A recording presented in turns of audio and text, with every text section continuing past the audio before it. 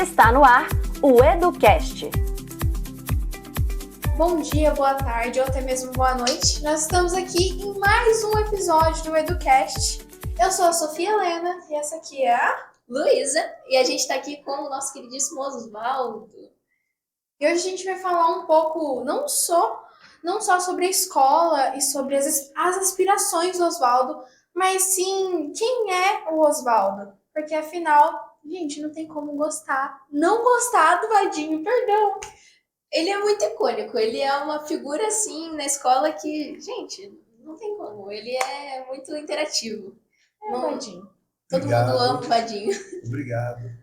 E saibam que a recíproca é a mesma. Então é assim, o que acontece? Meu nome de batismo é Osvaldo, mas meu verdadeiro nome sempre foi Vadinho, tá?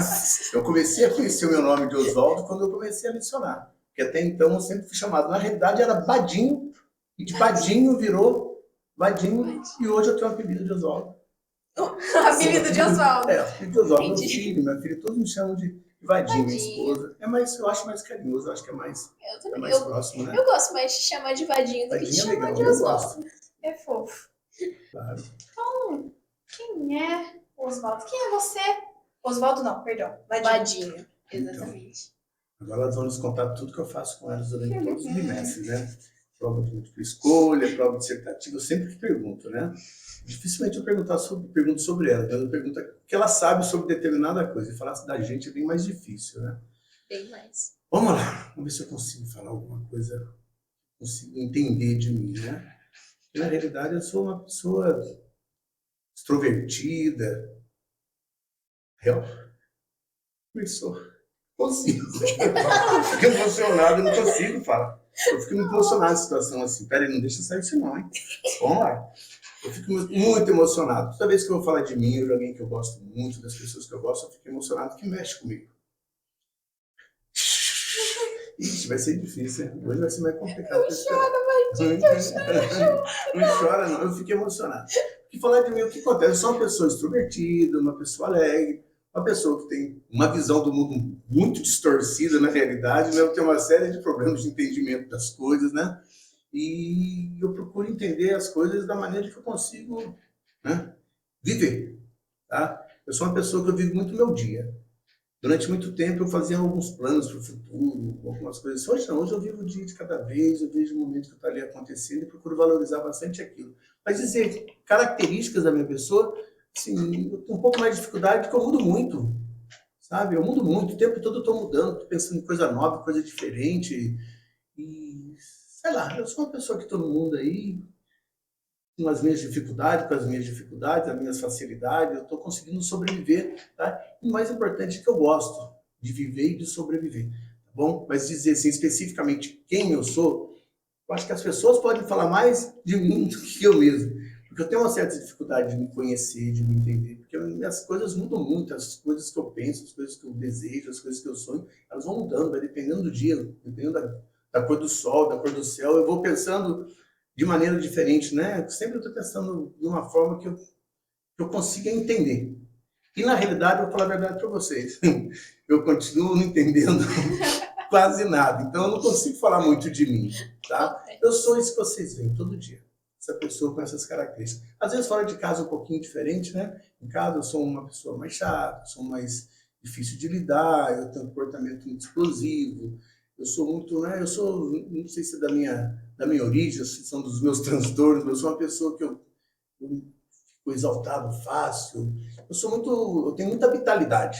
Sou uma pessoa com muita vitalidade para fazer as coisas. Sempre foi assim, tá? Mas as minhas características pessoais, eu falo que eu gosto de trabalhar, eu sempre gostei de trabalhar, eu sempre gostei de ser útil, eu sempre gostei de ser honesto, eu sempre gostei de ser, né, caridoso. Eu não vou falar que eu sempre gostei de ser amigo, porque eu fui muito podado de ter amigo. Eu nunca tive muito amigo. Meu pai não deixava que a gente tivesse amigo. Sempre eu falo que talvez meu pai tenha sofrido alguma decepção tão grande com amigo que não gostava muito que a gente tivesse amigo. Eu não podia almoçar na casa de amigo, eu não podia jantar na casa de amigo, eu não podia levar amigo em casa. Então eu sempre fui criado muito afastado disso. E quando eu fui dar aula e quando eu fui trabalhar, foi quando eu conheci meus primeiros amigos no trabalho e depois na escola, onde eu fiz essa quantidade enorme de amigos. Acho que essa constante mudança é o que faz o Oswaldo ser o Vadinho. Então, Não, o seu vadinho será um pouco dos dois. Porque, né? vamos fazer assim? Oswaldinho. Oswaldinho. É uma boa, uma boa. É verdade. Acho que uma pessoa muito extrema. E quando. Extrema não, Que tá mas. estagnada, assim, somente um pensamento. Que ela tende a viver só de uma forma e pensar só de uma Tipo, forma. Tudo é sempre muito forte. Alegria é muito forte. Aí. Tudo é muito. Intenso. Isso, intenso. Essa palavra que eu tava procurando. Só que eu esqueci no momento. Eu sou muito intenso. Em tudo que eu faço. Não consigo fazer nada pela metade. Ou eu faço, ou eu não faço. Ou é 8 ou O que não é muito legal, né? É. O tem bom casos senso- e casos. Mas o bom senso e equilíbrio sempre é melhor, né? Mas eu sou muito extremo, não. Ou eu vou, ou eu racho. Eu não Ou vai, consigo, racha. vai, eu racho. Eu não consigo fazer muito pela metade das coisas. Tanto que tudo que eu faço, principalmente profissionalmente, eu faço com uma intensidade muito grande. Tá? E sempre foi assim. E o melhor, sempre deu certo. Talvez as pessoas não estivessem acostumadas a conviver com pessoas assim, né? Esse tipo de extremo. Tem um pouquinho de transtorno aí no meio também, de bipolaridade, tem uma coisa e outra, mas assim, também é de fazer as coisas para sentir até o fundo, para ver onde que vai dar. Eu sempre fui uma pessoa que gostei de fazer as coisas assim. Eu nunca corri das coisas que fossem me causar muita emoção. Eu sempre quis viver para ver o que ia acontecer. Em tudo. Desde ser pai, desde ser profissional, de ser casado, de ser separado, de voltar. Eu sempre quis experimentar as coisas, sabe? Experimentar para mim sempre foi uma coisa muito interessante. Passar por essa vida e não ter experimentado muita coisa, para mim não teria sentido nenhum. Eu acho que é a primeira vez que eu tô sem palavras, realmente. Mas, assim, a experimentação é a forma como a gente tem que viver a vida. Afinal, se a gente não tem experiências, a gente vai sempre viver através do conhecimento das outras pessoas. Então, A vida é feita de experiências. Você saber só a teoria do que é uma situação não vai te fazer conhecedor dela. talvez eu te faça um pleno conhecedor. Talvez você conheça, mas não com a tamanha intensidade, vamos assim não dizer. com o mesmo caráter que alguém que viveu. Exato. Esse é o ponto. Esse é o ponto. Oswaldinho, falando mais sobre você, como foi a sua vida escolar? Nossa, que ponto complicado que você foi tocar, hein? Eu tenho uma história escolar muito interessante, muito doida, por sinal. Eu sou filho de professora. Sim. Né? E ser filho de professor sempre foi um inconveniente muito grande, né? Sempre foi. Pelos colegas, pelos outros professores, e eu venho dessa geração, né, de filho de professor. E a minha mãe, assim, deixa eu colocar melhor a situação. Eu sou o terceiro filho de uma família de 5 filhos, eu sou o filho do meio. Literalmente, eu sou o filho do meio, né? E a minha mãe sempre trabalhou. A minha mãe sempre foi uma mulher de vanguarda na questão de trabalho. Eu fui criado vendo minha mãe trabalhar. A minha mãe e meu pai, mas minha mãe trabalhava muito. Minha mãe era professora do Estado, e quando ela foi aprovada no concurso do Estado, ela, assim, até ela chegar à cidade de Cruzeiro, ela foi se efetivando em cidades longe de Cruzeiro. Então a gente morou em muitos lugares, nós moramos em muitas cidades, em muitos lugares, né? Então eu nunca criei raiz em escola nenhuma. Então isso foi um fato muito marcante da minha vida escolar. Eu não tenho amigos de escola. E cada ano eu estudava numa escola. Aqui em Cruzeiro, cada ano minha mãe trocava de escola. Eu não parava, pulava, tudo quanto é lado. Então isso afetou muito minha vida escolar com relação a criar raiz. Eu nunca tive raiz. A escola que eu fiquei um tempinho um pouco maior foi o Santana de Castro, né? Onde eu fiz o meu ensino médio. Mas assim, aí eu fiz o primeiro, o segundo, fui retido no segundo, né? Aí fiz o terceiro, aconteceu um desastre comigo no segundo ano, eu faltei muitos dias de aula, né? E eu perdi um ano, foi um ano que não deu certo. Mas assim, a minha vida escolar, de um modo geral, não foi nada agradável. Eu nunca gostei da escola. A escola não me remetia a nada que era positivo. Eu não era elogiado, eu não era agradado, eu não era querido, eu não me sentia bem na escola. O ambiente escolar, porque o que acontecia? Eu tinha alguns problemas familiares, né, de relacionamento na minha família. E quando eu ia para a escola, parece que o problema propagava. Então, a escola, ao invés de ser um local onde eu conseguia me sentir bem, eu não sentia porque eu não tinha amigo, não tinha com quem conversar, eu não tinha o que fazer. Então, a escola sempre foi um lugar meio de opressão para mim. Tá? Eu sofri situações muito delicadas na escola, em algumas escolas, e eu não tinha aquela vontade de ir, eu não tinha vontade de estudar. E ainda tinha uma coisa que eu aprendi tudo muito fácil, então eu achava tudo muito chato. Porque eu aprendi e já queria ir embora. Eu aprendi e já queria ir embora. Fosse hoje uma atitude dessa minha, né, chegaria à conclusão que eu tinha algum tipo de transtorno, uma hiperatividade, um déficit de atenção, seja o que for. Né? Mas eu era assim, eu sempre fui desse jeito. E como eu fazia coisas muito rápidas para poder não fazer nada depois de brincar, que eu gostava muito de brincar, a educação era bem mais severa, eu acabava apanhando muito. Então a escola fazia eu apanhar mais do que eu já apanhava em casa. A escola passava a ser o segundo motivo das minhas surras. Então, assim, a escola não trazia coisas positivas. Eu não era bom aluno, eu não tirava boas notas, não tirava grandes notas. Para complicar, eu tenho uma irmã muito inteligente, que eu era sempre comparado com ela, né? Sempre vinha aquela maldita comparação. Ah, mas sua irmã é tão boa. Eu falava, ah, mas minha irmã é minha mãe, eu sou eu. Então, assim, não foi legal. A escola passou a ser muito legal para mim quando eu estava saindo da faculdade. Agora, quando eu botei o pé dentro de uma escola para trabalhar, aí tudo se inverteu. Aí as coisas começaram a funcionar. Minha visão de escola mudou muito, né? Aí eu tentei fazer aquilo pelos alunos que não fizeram por mim. Os professores mais antigos não acolhiam. Entendeu? Você não ganhava um abraço, você não ganhava aperto de mão, um beijo, não tinha esse acolhimento. E eu saía de casa na carência danada e chegava na escola, eu não era acolhido. Para não dizer que era acolhido, uma vez aconteceu um fato muito bonito comigo na escola, foi muito marcante. Eu estava no segundo colegial, eu estudava no Santana nessa época, tinha um professor de inglês que dava aula lá, e era um professor que ele não era querido por ninguém. Um professor muito recusado, rejeitado, e sofria discriminação pela cor, pela condição socioeconômica. E ainda tinha um pior, que ele era megalomaníaco. Ele tinha mania de grandeza, né? Mas era um cara estranho, mas era um cara dele, fazia o papel dele, fazia o serviço dele direito. Um dia eu cheguei na escola muito abalado, tinha sofrido uma situação muito delicada na minha casa, né? Eu cheguei na escola e ia ser prova dele. Aí eu estava sentado, tremendo, nervoso, e ele foi e colocou a mão no meu ombro, colocou a mão no meu ombro e falou, você não vai fazer prova, você sai da sala. Caramba! Além de todos os problemas que eu estou vivendo, esse cara ainda vai me tirar da sala, eu já não gosto de escola, agora que azedou tudo. E terminou uma aula, eu cheguei, por que você não está em condição de fazer a prova? Eu vi que você estava ansioso, você estava agoniado, eu te tirei para te preservar. Eu pensei, como é que pode, né? O excluído entendeu o outro excluído, né? Ele teve a sensibilidade para perceber que eu estava precisando de ajuda naquele momento, né? Então, assim, eu precisava de ajuda na escola, eu não tinha ajuda. Porque a escola era um lugar que me reprimia o tempo todo. Essa era a escola. Às vezes as pessoas falam, a escola antes era boa. Eu não vejo dessa forma. Eu acho a escola de hoje muito melhor que a escola de antes. Hoje vocês têm acesso a muitas coisas que a gente não tinha. E esse momento aqui é um momento desse. É verdade. Assim, antigamente, não sei se eu tô errada, mas antigamente duvido muito que aluno e professor eles estariam interagindo dessa forma. Afinal, o professor era tomado como superior. Não que ele não seja, afinal, ele tem mais conhecimento como aluno. Mas hoje em dia é mais aceito que aluno e professor eles interagem ali e compartilham os conhecimentos que eles podem oferecer.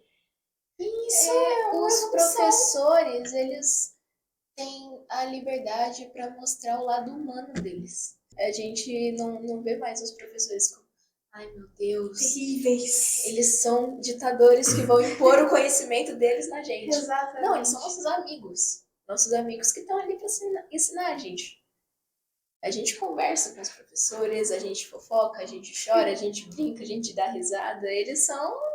E muitas vezes, no meio desse carinho, dessa amizade que a gente vai construindo, a gente consegue aprender muito mais do que se fosse no momento onde a gente estaria todo mundo quieto, rígido, robotizado. Exatamente. Não que a gente não precise, em alguns momentos, ficar quieto e escutar o professor. Só que quando a gente faz isso, não é algo que é forçado, sabe? A gente entende que é necessário, a gente passa a entender. E isso é uma evolução muito grande, por isso que hoje em dia, a maioria das escolas, não todas, obviamente, elas se tornaram uma grande família, como aqui a nossa escola.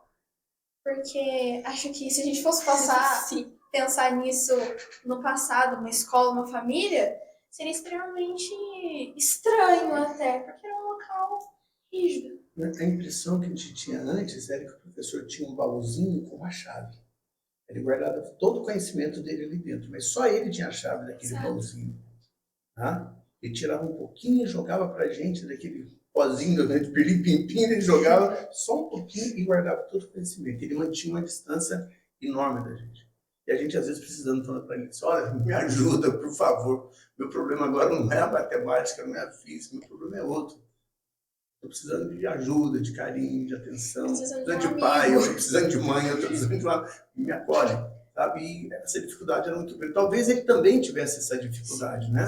O medo que ele tinha de se mostrar ser humano, né? Então era muito difícil, porque o conhecimento ficava entre a gente e o professor, né? Hoje o conhecimento liga a gente, antes dele separar. Hoje é um canal de ligação, né? Tipo, o tanto de conversas, assim, descontraídas que a gente já teve com relação à matéria mesmo.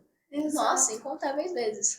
E hoje, nossa, eu não consigo nem fazer uma média do número de vezes que eu tava com um problema pessoal, alguma coisa me incomodando, tava triste um dia, alguma coisa tinha acontecido. Eu cheguei na escola e eu fui acolhida na escola de um jeito que às vezes eu não fui em casa. Não por falta, relacionamento ruim, mas talvez porque eu não tive tempo, porque eu não tive coragem, mas a escola me abraçou ali como se fosse uma segunda família. Exato. E eu acho que é assim com quase todo mundo, né? Hoje em dia. Ainda assim, existem pessoas que elas são excluídas, e isso, infelizmente, é algo que acontece, e entender que, sim, nós somos uma família, e que elas podem ser acolhidas, que elas podem ser aceitas. Sim. Afinal, acho que já fomos os excluídos, e a gente entende que, no final, a família da escola acolheu a gente. É sempre importante a gente dizer para os alunos, né? Que os alunos são a peça fundamental da escola. Os alunos que vão ditar como a escola vai funcionar, né? Quem faz a escola, isso é um ditado antigo, quem faz a escola é o aluno, né? Todos os dias quando eu fico ali na porta esperando vocês, tá? Não é para eu receber, não é para que eu receba vocês. Que a gente receba você. Pior que é realmente assim, porque a maioria dos dias eu chego antes do Vadim. Realmente. Mas eu vou lá para vocês me receberem. Viu? Porque a casa é sua.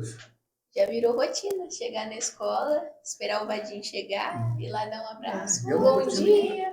No dia que não acontece, a gente fala, por que não aconteceu? Isso faz parte do dia, faz parte da tarefa do dia, faz parte do trabalho do dia. Tá para todo mundo, é muito legal. Esse ambiente é muito bom. A escola é um ambiente que tem que ser um ambiente de ciência, de conhecimento, mas de respeito, né? De amor. Como dizia a minha grande diretora, né? A pessoa que me inspirou muito para ser professor, que o conhecimento, né? Ele não entra pelo ouvido e vai para o cérebro, ele entra pelo coração e vai para o cérebro, né? Bonito isso, né? Lindo. Lindo. Carinho, às vezes o amor, ele faz com que a gente goste do conhecimento, que a gente entenda o quão importante ele é. Acho que, continuando a gente falar disso de amor, de carinho, de lembranças, de memória, queria saber, assim, umas situações, pessoas que marcaram você na sua vida escolar, assim, além do professor de inglês, é claro. Sofia, a minha vida na escola foi uma vida muito difícil, sabe? A escola não me trazia boas coisas, mas algumas pessoas cruzaram no meu caminho e foram muito importantes. Né? Eu sou uma pessoa que eu costumo dizer que eu fui, em muitas situações, a pessoa certa na hora certa. Aconteceram coisas na hora assim coisas impensáveis aconteceram e minha vida tomou uma rota muito diferente, né?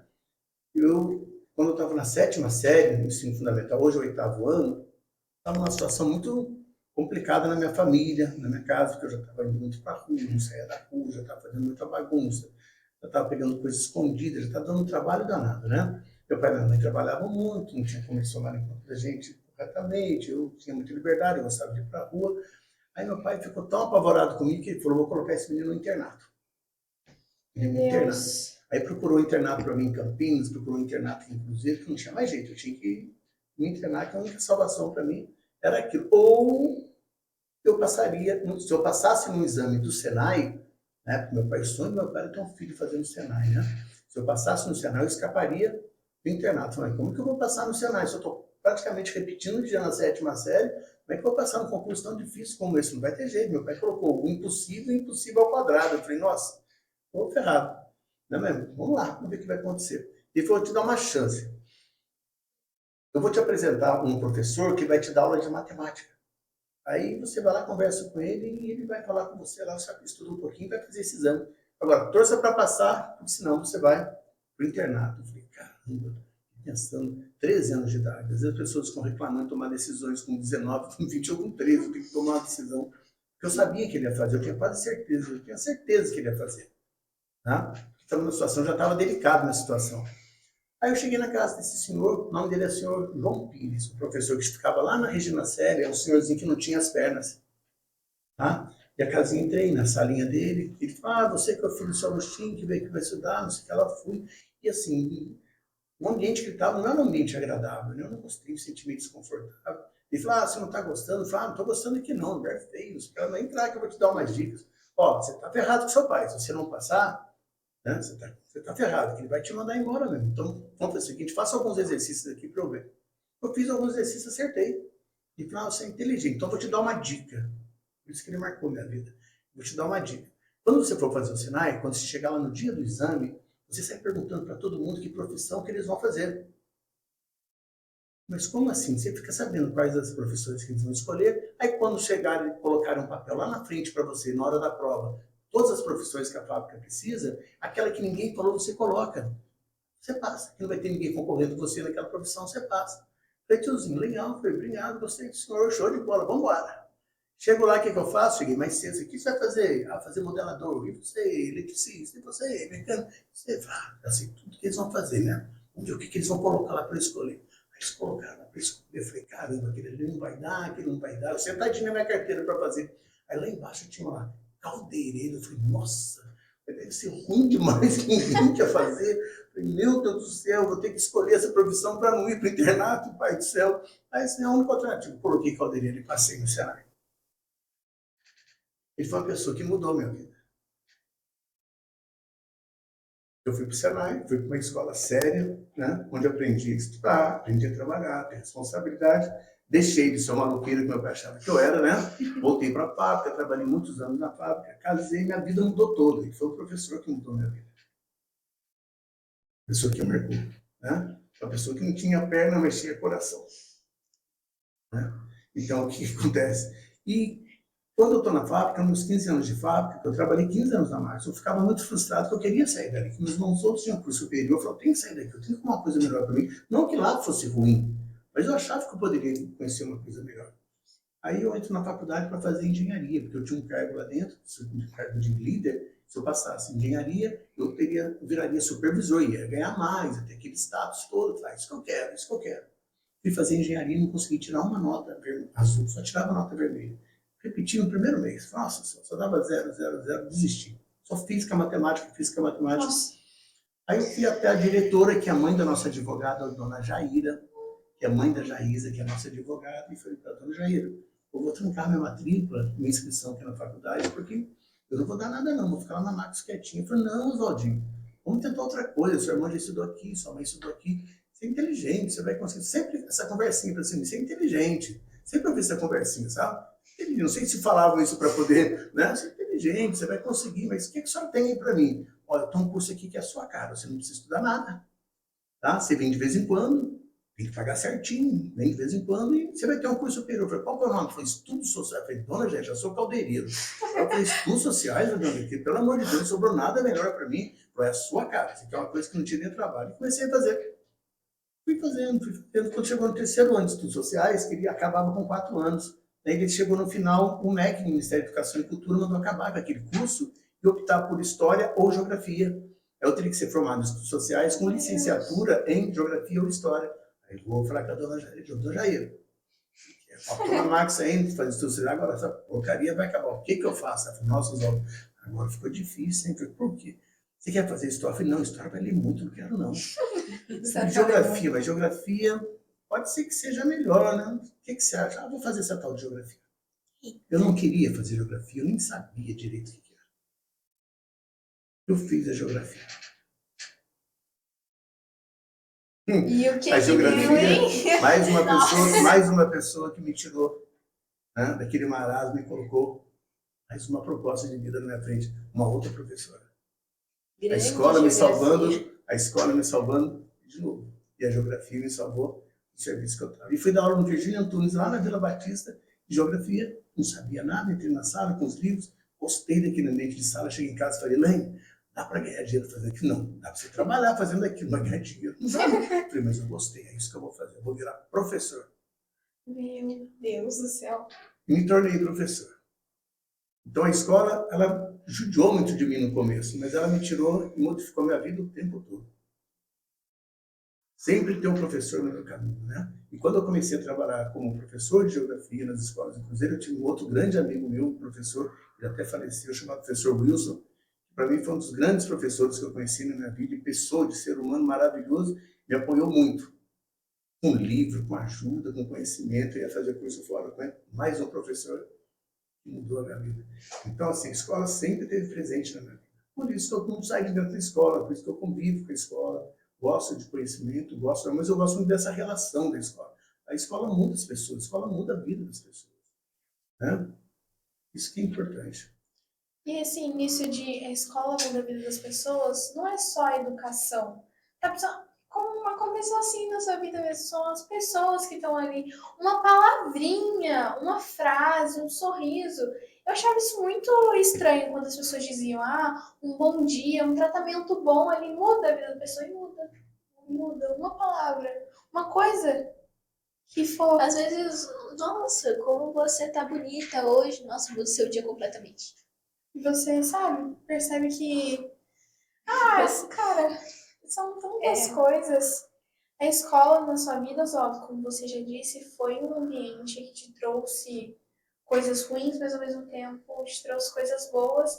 Eu acho que também, não sei se eu posso falar assim, mas acho que se não fosse a escola, se não fossem os professores, talvez a gente não teria você aqui hoje. Talvez você não seria o Vadinho, Eu professor de tenho certeza geografia. disso. Foi a insistência de alguns professores comigo, né? Fizeram com que eu estivesse aqui hoje, que eu esteja aqui hoje, né? Porque a escola é um ambiente de insistência, né? A profissão é um ambiente que insiste, né? Então, o ambiente escolar é um ambiente de muita resiliência, de muita resistência, né? Um ambiente de muito fervor. Eu gosto desse ambiente da escola. Eu sinto a escola eletrizante. Eu estou sentado na orientação, eu fico ouvindo barulho da escola, parece uma comédia. Eu acho muito louco, aquilo eu acho muito interessante. Tá todo mundo vivo, tá todo mundo pulsando, entendeu? Quando dá um intervalo, vocês vão tudo para quadra, acho muito legal aquilo. É vida, é vida. Escola é vida pura, né? E eu gosto disso. É uma mini sociedade. Muito legal, né? É como se a gente diminuísse a escala de uma sociedade e colocasse dentro de um prédiozinho. Porque realmente tudo que acontece no mundo acontece dentro de uma escola. Desde as coisas boas, às desigualdades, a tudo. Incrível, simplesmente incrível. A escola é um ambiente. É um ambiente social. É um ambiente social. É um mundo em miniatura. Pequenininho.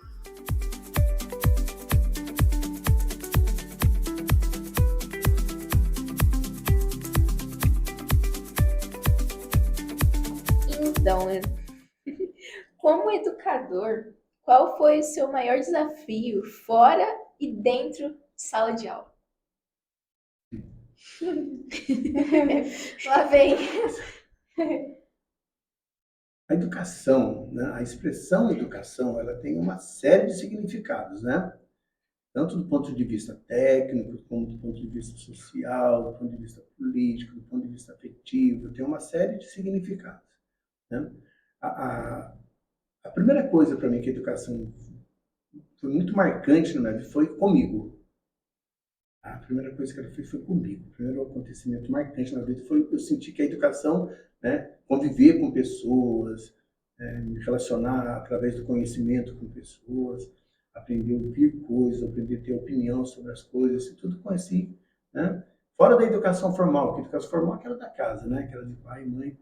Essa educação que eu falo, essa educação educação científica mesmo, educação social, que eu digo, né? Eu acho que a educação da escola é uma educação social, né? Aprender a conviver, aprender a se relacionar com conhecimento, saber como o conhecimento vai fazer com que eu viva um pouco melhor, as pessoas se relacionem melhor.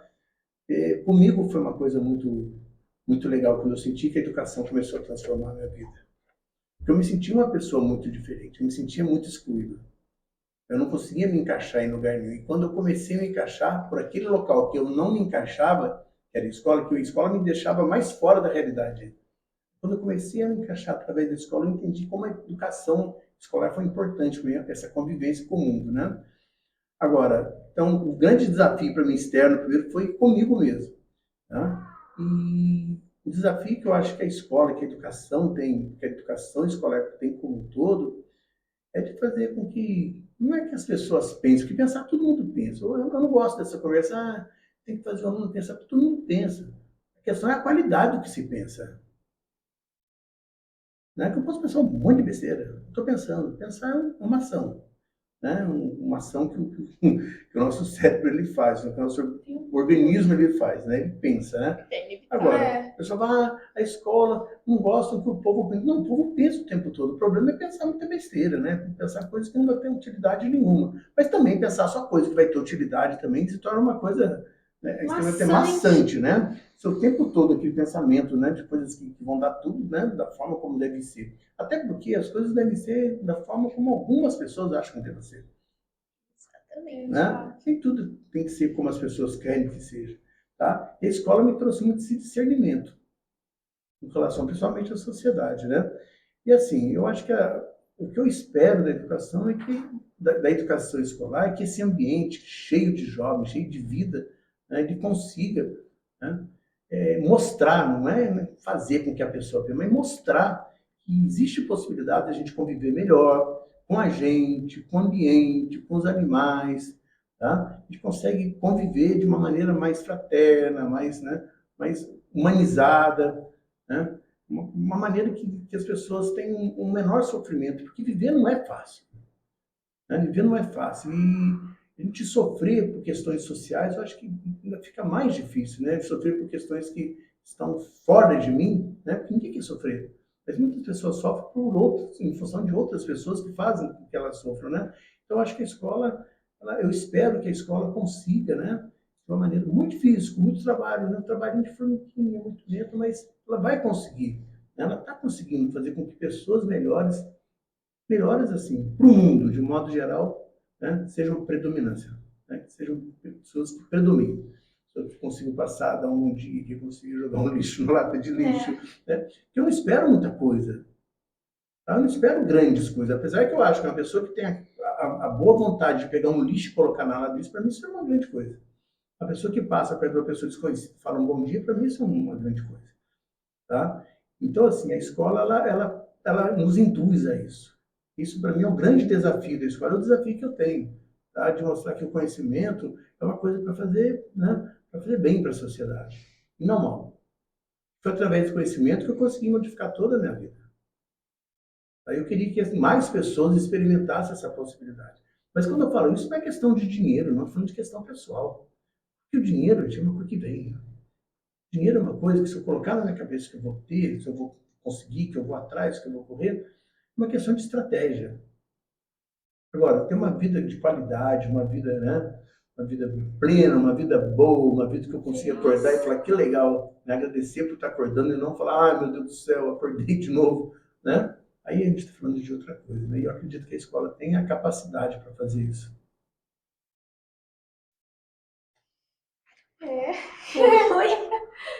Fiquei simplesmente imersa. Acho que segunda vez que eu fico sem palavras. A gente já pode fazer um contador, na próxima vez você já pode pedir música. Exatamente, música fantástico. Mas assim, a escola, ela tem esse enorme desafio que é mudar. Mudar não é fácil para ninguém, nem para a escola, que, como a gente já falou, mudou do passado para cá, e nem para as pessoas que estão ali dentro do ambiente escolar. Então é um desafio enorme, enorme. E mesmo assim, nas pequenas ações da escola, como você disse, de jogar lixo na lata, é um passo grande. E é um passo difícil de se dar. Porque você começa aprendendo que você precisa jogar o lixo na lata de lixo. Aí depois você já começa a aprender o que é reciclagem. Você já começa a aprender por que não pode jogar lixo em qualquer lugar. Então é um negócio que vai evoluindo. Eu lembro até hoje, no primeiro ano, uma feira de ciência que teve aqui na escola, e eu fui apresentar trabalhinho sobre reciclagem. Eu lembro. Tudo tem um passinho, né? Um passinho aqui, outro passinho. Não dá pra você pular Vai do primeiro andando. pro quarto, né? Tudo passo a É uma passo. escada, não tem como conhece- você andar 4 degraus de uma vez, tem que ir um de cada vez. Esse é o Senão você conhecimento. cai. Não é nem o conhecimento científico, é o conhecimento Conhecimento de de mundo. vida, né? De mundo, De né? vida. Acho que uma das coisas mais importantes da escola não é nem conhecimento acadêmico. É o conhecimento social, que você aprende a Exato. lidar com as pessoas, você aprende a lidar com as coisas, com as situações.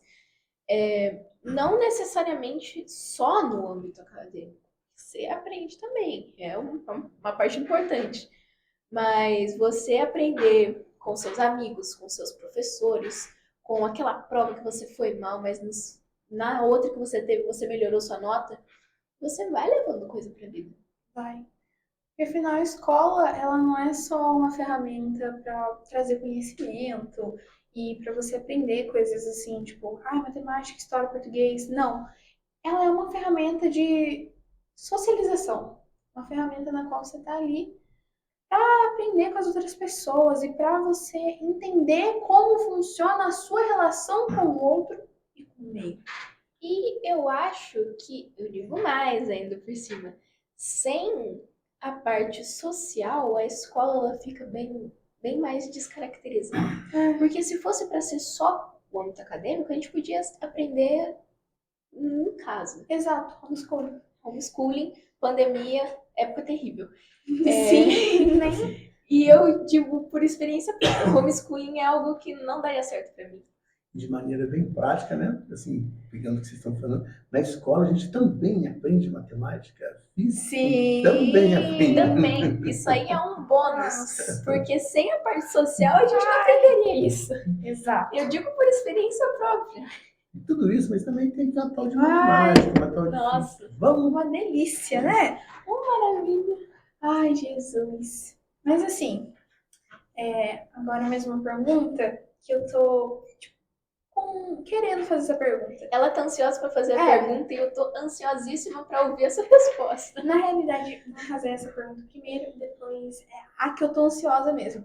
A primeira é, eu quero saber qual mudança a geografia, assim, na sua opinião, a mudança que a geografia ela traz na vida das pessoas, no dia a dia delas. O que a geografia faz para trazer essas mudanças? Veja bem, eu fui um menino que fiquei muito na rua. Fui um menino criado muito na rua. Eu nadei no Paraíba, eu nadei no Rio Jacu, no Rio do Norte, eu nadei em tudo quanto é lugar. Né? Eu fui para mato, subi morro, chupei cana, chupei manga, pulei na casa dos outros, roubei banana, eu fiz um monte de coisa. Então sempre eu convivi muito com o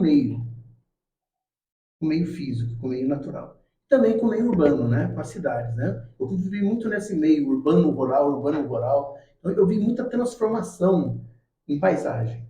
Né? A vida inteira eu percebi a direção dos ventos, eu entendi porque que o inverno era melhor para soltar pipa, porque não chovia, porque era mais frio, evaporar. Eu sempre fui entendendo uma série de coisas, né? Porque os telhados eram daquele jeito. Eu sempre tive uma percepção muito grande do meio, tá? E não foi à toa que eu fui fazer geografia. Eu acho que eu sempre falo para vocês, não, se você não acha sua profissão, fique tranquilo que ela vai te achar. Tá? Eu acho que a geografia me achou, né? Porque a geografia, gente, ela é uma ciência, né? Que, aliás, ela lutou muito para ser ciência, né? Que durante muito tempo ela não era considerada ciência, né?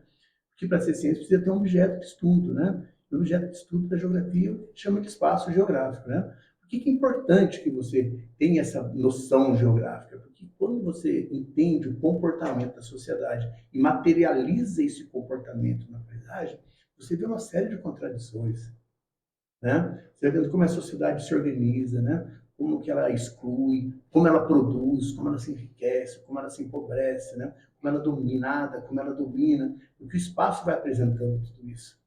Tá? Então, o entendimento do espaço, daquilo que você visualiza é muito importante. seu conhecimento de vida. Né? Desde você comprar uma casa com frente voltada, né, para o norte, frente voltada para o sul, isso é conhecimento geográfico. Mas por que é importante? Sabe? Conforme a frente da sua casa, você vai ter mais sol, você vai ter menos sol, sua casa vai ficar mais iluminada, uma casinha mais quente. Tem até um exercício que brinca assim, né? Casa que entra sol, não entra médico, né? Porque tem uma menor quantidade de incidência de doenças, né, respiratórias. É muito legal a geografia, gente. Ela nos traz um conhecimento do mundo que o homem construiu muito grande. Costumo dizer que a história ela vai narrando os fatos, né? Históricos, tudo que aconteceu. A geografia ela vai materializando os fatos. Ela materializa. Por isso que é uma ciência que produz e reproduz o espaço o tempo todo. É importante a gente perceber essas mudanças. Fico muito preocupado quando vejo Cruzeiro mudando a sua paisagem. Cruzeiro é uma cidade que tinha casas, né? Tinha uma paisagem urbana, né? Mesmo que tudo bem que ela retratasse um período de uma concentração de renda muito grande, aquelas casas enormes, aqueles casarões, né? As casas mais pobres, as casas, né, dos metalúrgicos, dos operários, dos retirantes, né? E toda essa desigualdade, mas era uma paisagem histórica, né? Com o tempo ela poderia se organizar e a história ser contada a partir disso, e pode se mudar essa história. Mas de repente se acabou a história, né? O Cruzeiro mudou muito sua paisagem, né? Muito. O Cruzeiro foi muito descaracterizado, né? Não que aquela característica seja boa, mas aquilo lá podia ser marcado para que a gente lembrasse de um tempo que algumas coisas aconteciam que não deveria acontecer novamente, né? Mas mais uma vez o capital chegou e fez o trabalho, né? Então a geografia é importante porque ela nos traz esse conhecimento de mundo, né? E nós já temos de maneira empírica esse conhecimento. O ser humano já conhece muito a geografia, né? O ser humano ele nasceu observando tudo isso, né? O homem foi se desenvolvendo muito fundamentado na questão geográfica, né? Não que ela determinou o seu desenvolvimento, mas ela fez parte desse desenvolvimento de uma maneira muito intensa. Tanto o espaço afetou o jeito como o ser humano evoluiu, quanto o ser humano afetou o espaço em que ele evoluiu. E muito, né? Afinal, o espaço, eu gosto de pensar nele como um espelhinho das relações do homem. Sim, Ele reflete tudo. tipo, chega... O espaço, ele consegue ter tanta influência na vida do ser humano que a gente vê até características biológicas de pessoas de diferentes lugares do mundo. Por causa do clima, uma pessoa vai ter uma característica física diferente de outra pessoa que é de um lugar com um clima diferente. E isso é muito louco, é incrível, porque a geografia afeta também em outras áreas que não são só a social. E a econômica, a política, né? Tudo. E a política, Luiz, ainda é mais interessante. Porque quando a gente fala na questão da política, quando a gente fala, por exemplo, da geopolítica, e vamos trabalhar a questão de fronteira é uma coisa, né, majoritariamente imaginária, né, ideológica, né? É questão da ideia. Não existem aquelas linhas dividindo nada, né? O pessoal se mata por causa daquelas linhas do mapa. Estamos falando de território. A grande discussão humana na sua história é o domínio do território, né? É isso que a gente trata muito na geopolítica, né? Quem vai ser dono de quê? Se mata, se briga por 10 centímetros de terra. Agora imagina por uma vasta região, né? Quem vai dominar quem? Exato. É uma briga intensa. Todas as brigas que já aconteceram na história da humanidade praticamente foram por causa disso. Ai. E se não fosse por isso exatamente, estava envolvido em alguma outra cláusula ali do contrato. Exato. Geografia. Que tinha isso como pano de fundo, né? E tinha essa questão territorial de pano de fundo, né?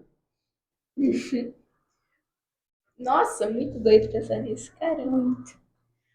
Geografia criando conflitos. E resolvendo. Exatamente. Essa parte também é importante.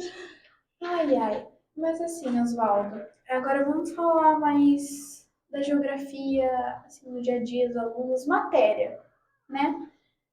Tem uma coisa que, não sei se você concorda, mas tem uma pressão em cima dos alunos mesmo, que dizem que português, matemática, física, essas matérias elas são de mais importante, valem mais, vamos assim dizer, do que matérias como história e geografia. Já ouvi mesmo as pessoas dizerem que história e geografia é matéria de preguiçoso. Assim, e na sua opinião, como professor ali que está educando, professor de geografia, Qual é a sua opinião acerca disso, de que a matéria de geografia e história elas são desvalorizadas? Esse ano agora, pode falar, Luísa. Eu acho, me desculpe interromper, Não. mas é uma pressão que a gente, como aluno, sofre para ser bom nas matérias que são mais exatas, que são mais concretas, e que nas ciências sociais a gente vê muita galera falando: ah, mas tal faculdade é faculdade preguiçosa, é faculdade vagabundo, Uhum. e a gente vai ver é só uma faculdade de humanas. Ah, não dá nada na vida. Ah, o que que você tem que fazer? Engenharia. Você não vai fazer história, você vai Medicina. fazer medicina. Como eu disse para vocês, né? Para a geografia se tornar ciência, foi um trabalho danado, foi muito difícil, até juntar toda a documentação, todas as teses, todas as teorias para montar, né, a ideia científica dela, né? A proposta científica, ela é uma ciência porque ela tem material de estudo. Então, é assim, a sociedade ela é muito prática, né? A sociedade, de um modo geral, ela é muito prática, né? A sociedade precisa de uma ponte, a sociedade precisa de uma casa, a sociedade precisa plantar, a sociedade, né, precisa produzir bens de consumo, a sociedade é prática, né? A sobrevivência nossa é uma coisa muito prática e técnica. Tanto que a gente possui muitos meios técnicos para fazer isso, né? E esses meios técnicos, eles exigem raciocínios diferentes da ciência humana.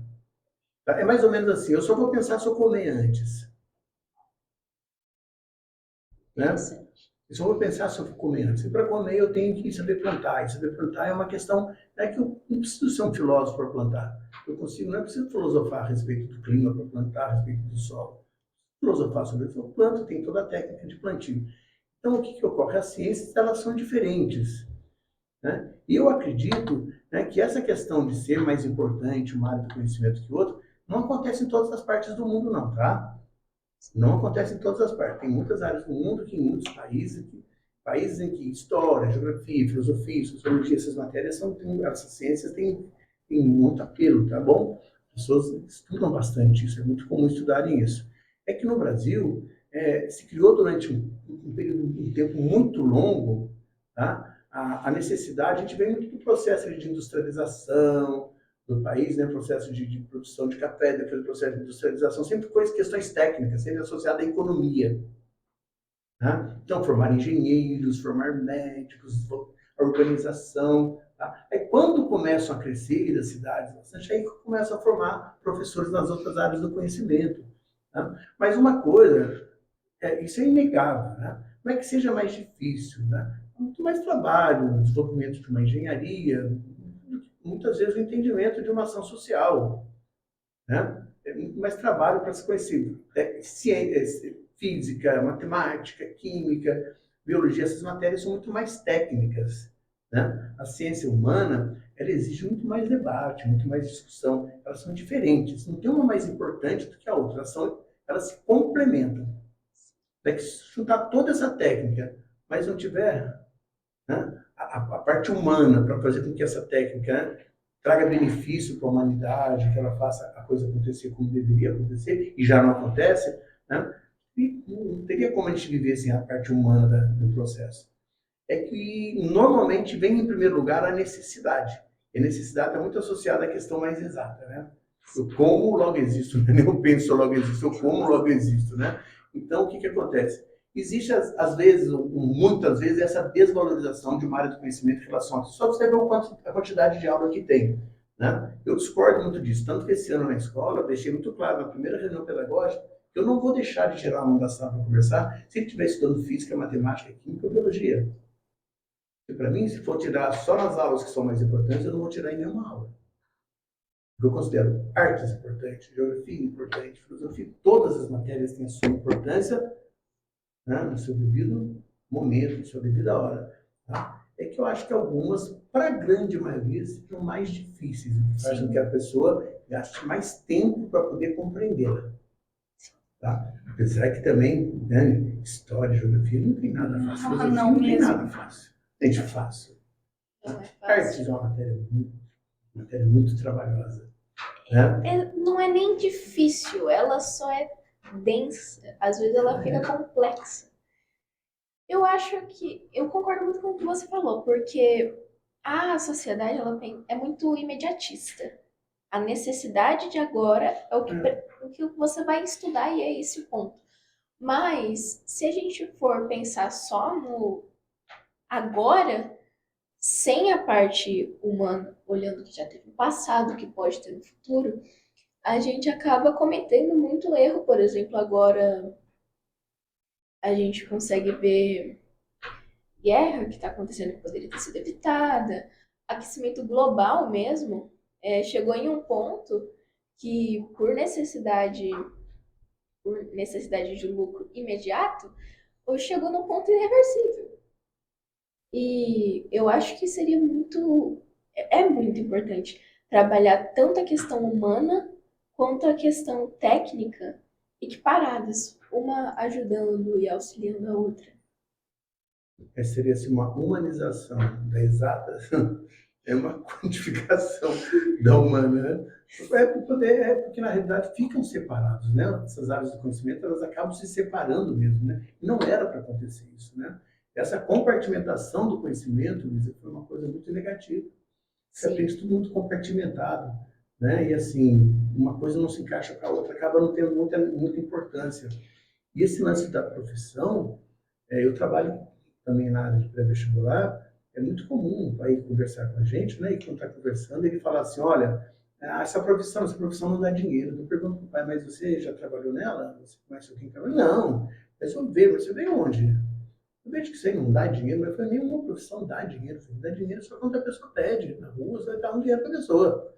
Você doa o dinheiro, né? Senão você conquista o dinheiro com o seu trabalho. Agora, a discriminação é muito grande em relação a algumas profissões e, né, a valorização de outras é muito grande. Né, por uma questão mais de mercado e nem muito menos pela aptidão da pessoa. Funciona assim, é muito imediato. Você acabou de falar. Exatamente. Vou resolver o problema De agora. agora. Não problema de pensar depois, no não. De problema depois que não. pode Depois a gente acontecer. resolve depois. Depois é de depois. Daí acontecem algumas tragédias no caminho, mas tá tudo bem. Não tem problema. É literalmente verdade, isso. né? É completa verdade. Ai, ai. Quer falar alguma coisa? Não. Tá perfeito, simplesmente. Foi legal. Foi muito.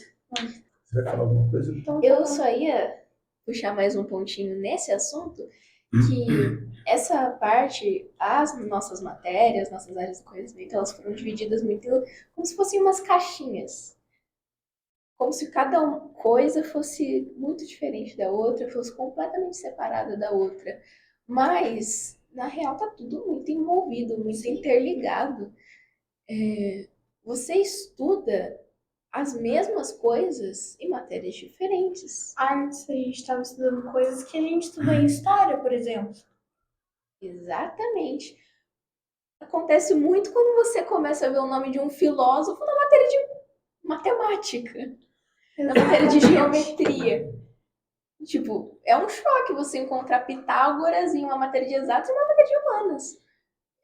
Mas Mas sempre ali associada àquele teorema, aquele matemático, sabe? sim, o ponto é que tudo, em alguma hora, tem uma ligação.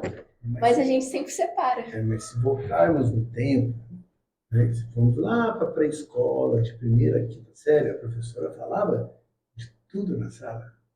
Ela não separava nada. É no Fundamental 2 que começa a separação do conhecimento. É quando os alunos normalmente têm a maior dificuldade com a escola. Que trazia tudo junto, de repente, estava tudo na mesa, que de repente tudo separado. Mas aquilo funciona junto. Como que eu vou separar isso agora e depois juntar lá na frente? Como que vai ser? Porque no Fundamental 2 você dá aquela separada. Porque, gente, de primeira, quarta série, antigamente, hoje, primeiro, quinto ano, é a fase mais gostosa da escola. Que a gente aprende a ler legal, a escrever, a desenhar, fazer continha de matemática, geografia, você pinta mapa, você faz... É uma delícia, cara. Você aprende, é só aprendizagem o tempo todo, de tudo, que a professora fala de tudo. Sim. Né? Ela não separa as coisas, ela tem essa capacidade de continuar falando, né? E depois vai ficando os especialistas, né? Os especialistas muitas vezes, não vou me meter nessa área não, mas eu já vi absurdo o professor de uma área, de matemática, tem 3 setores em determinados, né? Determinadas escolas, é o caso da nossa escola. Às vezes um professor não entra na área do outro. Não gosto de me envolver e Poxa, é a mesma matéria, né? Matemática. Ele compartimenta a compartimentação da compartimentação, né? E aí Nossa, fica isso uma coisa. complica Né? tanto. Não é verdade? Muitas vezes isso complica, né? Muito. Mas solução para isso, né? Vai chegar uma nova geração de pensadores, né? De filósofos, de filósofas, né? E vão fazer o quê? Vão pensar uma nova educação onde as coisas não se separem mais. E vai ser tudo diferente, novamente. De novo. É um ciclo de diferença. Exatamente. Tudo vai mudando sempre. Constante devir. Nossa, Ó. você veio muito forte nessa. Meu Deus. Muito forte. Tinha que ser, né, Luísa? Tinha que ser Sofia Pra mesmo. terminar. Pra encerrar, nossa, a grande fala da Sofia. Bom, gente, esse foi mais um episódio no qual nós tivemos a presença ilustre do nosso querido Vadinho, ou É verdade. Oswaldinho. E aqui a gente não só conversou, como a gente também aprendeu e trocou ali os conhecimentos que a gente tem. Poucos, mas que significam muito. Muito obrigada por quem escutou até aqui e até o próximo episódio. Obrigada, Oswaldo, por ter vindo, inclusive. Eu que agradeço e orgulhoso de vocês. Que aula maravilhosa que você viu hoje. Muito obrigado, viu? A oportunidade de estar conversando com você é uma coisa incrível. É maravilhoso. Bem mesmo. Um beijo, pessoal. Tchau, tchau. O EduCast é uma produção da Escola Educarte, com produção, edição e direção de Isabela Lopilato, Marcos Souza e Jader Elisei. E apresentação de Luísa Ferraz e Sofia Helena da Glória.